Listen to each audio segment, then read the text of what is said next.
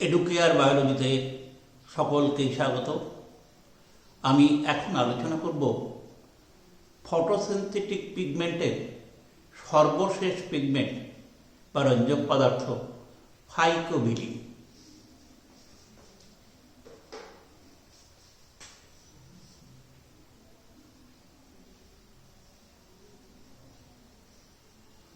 ফাইকোবিলিন প্রথমে ফাইকোবিলিন কি বা কাকে বলে? ফাইকোবিলিন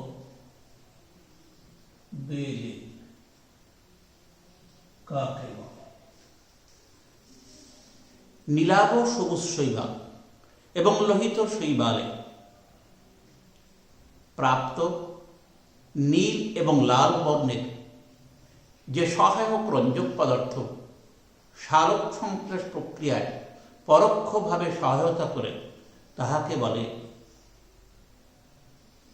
এই ফাইকোবিলিন। তাহলে কি ধরনের রঞ্জক পদার্থ? নীল প্লাস লাল বর্ণের রঞ্জক পাওয়া যায় কোথায়? নীলাভ সবুজ শৈবাল আর লোহিত শৈবাল, the red algae, এটা সহায়ক রঞ্জক হিসাবে কাজ করে।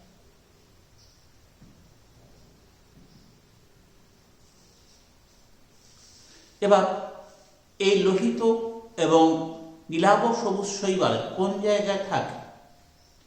এদের যে সালোক সংশ্লেষ ল্যামেলি, এই যে থাইলাকয়েড মেমব্রেন, তার ওপরের পৃষ্ঠে ফাইকোবিলিজম নামক দানার মধ্যে থাকে।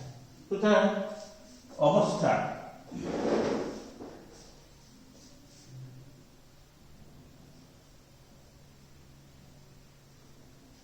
ফাইকোবিলিজম এর মধ্যে থাকে। থাইলাকয়েড পর্দার বহিঃপৃষ্ঠে এই দানাদার পদার্থের মধ্যে থাকে। এই ফাইকোবিলিজমে চারটে অংশ। এক হচ্ছে কোর, এক বা কোর অংশ। এই কোর অংশে থাকে অ্যালোফাইকোসায়ানিন,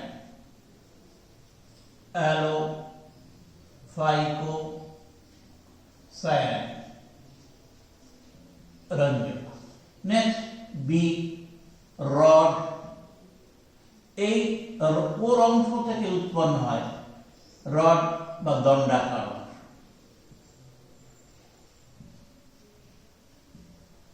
আর এই কোর অংশ সঙ্গে রডকে সংযুক্ত করে রাখে সেটা হচ্ছে লিঙ্কার প্রোটিন।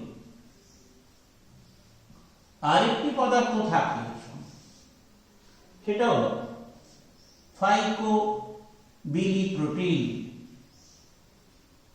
ফাইকোবিলিপ্রোটিন সাধারণত কোর অংশ এবং রড অংশর দুটি অর্ধেকক আছে, আলফা এবং বিটা। তার সঙ্গে এই ফাইকোবিলিপ্রোটিন সংযুক্ত থাকে। নেক্সট প্রকারভেদ।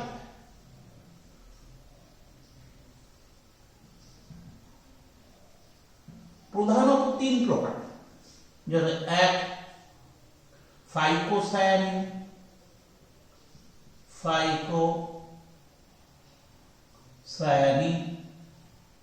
দুই ফাইকোএরিথ্রিন,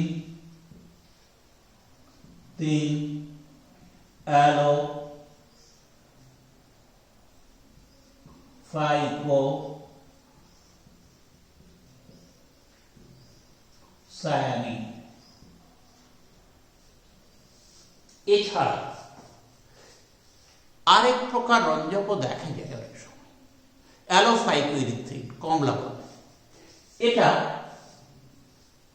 নীল বর্ণে, এটা লাল বর্ণে, এটা নীলাভ সবুজ বর্ণে। এরা সকলেই জলে দ্রাব্য, পিত্তরঞ্জক এর ন্যায় বর্ণযুক্ত। এদের আমি দুটো সংকেত লিখেছি। এর এই ফাইকোসায়ানিন সাধারণত 34H44O8N4 এই হলো রাসায়নিক সংকেত। এর হল CH46O8N4। এখান থেকে এখানে দুটি হাইড্রোজেন পরমাণু বেশি আছে। প্রত্যেকটাই এরা এর সাধারণত কোনো রাসায়নিক সংকেত নেই অ্যালোফাইকোসায়ানিন। এই দুটোই এই অ্যালোফাইকোসায়ানিনতার 4টি পাইরোল বলা যায়। 1 2 3 4 1 2 3 4 4টি পাইরোল বলা দ্বারা গঠিত, ক্লোরোফিলের নেই। কিন্তু এই 4টে পাইরোল বলা এখানে মুক্ত শৃঙ্খল হিসেবে থাকে, কিন্তু ক্লোরোফিলের ক্ষেত্রে বদ্ধ শৃঙ্খল হিসেবে থাকে। এদের রাসায়নিক সংকেত এই দেওয়া আছে। এরা সকলেই জলে দ্রাব্য, দ্রবীভূত হয়, জলে দ্রাব্য জন্য বলা। হ্যাঁ, নীলাভ অবশ্যই হয়, ফাইকোসায়ানিনের পরিমাণ বেশি থাকে, আর লোহিত শৈবাল ফাইকোএরিথ্রিনের পরিমাণ বেশি। সায়ানোফাইসিয়ান ফাইকোএরিথ্রিন বলা হয়, সায়ানোফাইসিয়ান সায়ানোফাইসিয়ান ফাইকোসায়ান।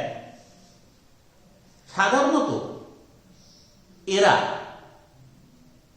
সহায়ক রঞ্জক হিসাবে কাজ করে। প্রধান রঞ্জক ক্লোরোফিল এ। তাহলে এদের গঠনগত বিষয়টি এরকম, প্রকার যে এবং এদের প্রধান বৈশিষ্ট্যগত দিক রয়েছে।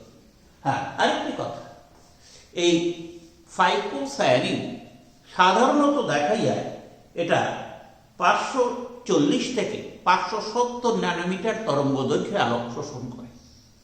ফাইকোএরিথ্রিন সাধারণত 610 ন্যানোমিটার থেকে 625 ন্যানোমিটার তরঙ্গ দৈর্ঘ্যে আলোক শোষণ করে।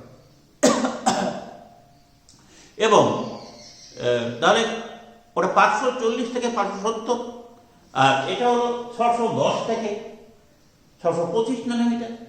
আর অ্যালোফাইকোসায়ানিন 650 থেকে 660 ন্যানোমিটার তরঙ্গ দৈর্ঘ্যের আলোক শোষণ করে। আচ্ছা, এবারে এরা আলোক সংশ্লেষ প্রক্রিয়ায় কি প্রধান কাজ করে?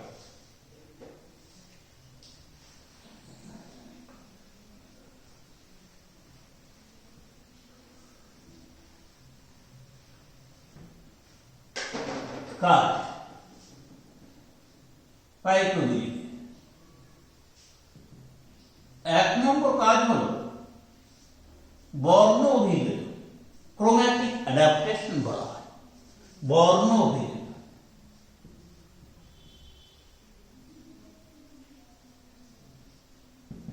বা এর আরেক নাম গাইডুকভ ফেনোমেনন, গাইডুকভ পদ্ধতি বা ফেনোমেনন। জিনিসটা এরা এই রঞ্জক পদার্থগুলি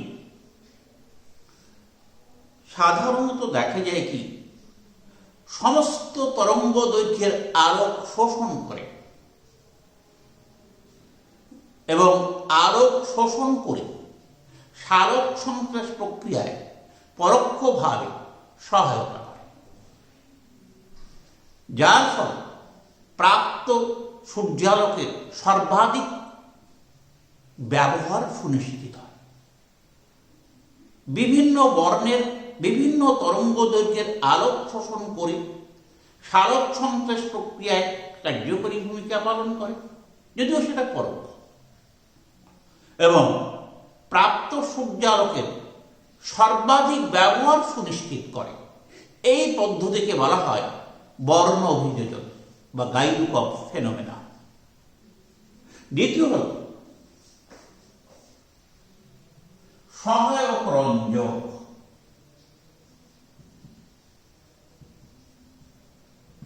সালোক সংশ্লেষ প্রক্রিয়ায় সাধারণত সহায়ক রঞ্জক হিসাবে কাজ করে। লাইট হারভেস্টিং যে কমপ্লেক্স আছে, সেই কমপ্লেক্সে এরা থাকে।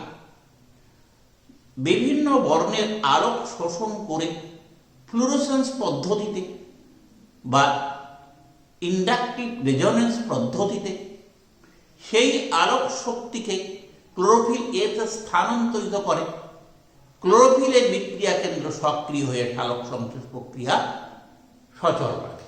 কিরকম? সাধারণত ফার্স্ট এর যেগুলো থাকে ফাইকো এরিথ্রিন, প্রথম এরা সূর্যালোক শোষণ করে, সৌরশক্তি।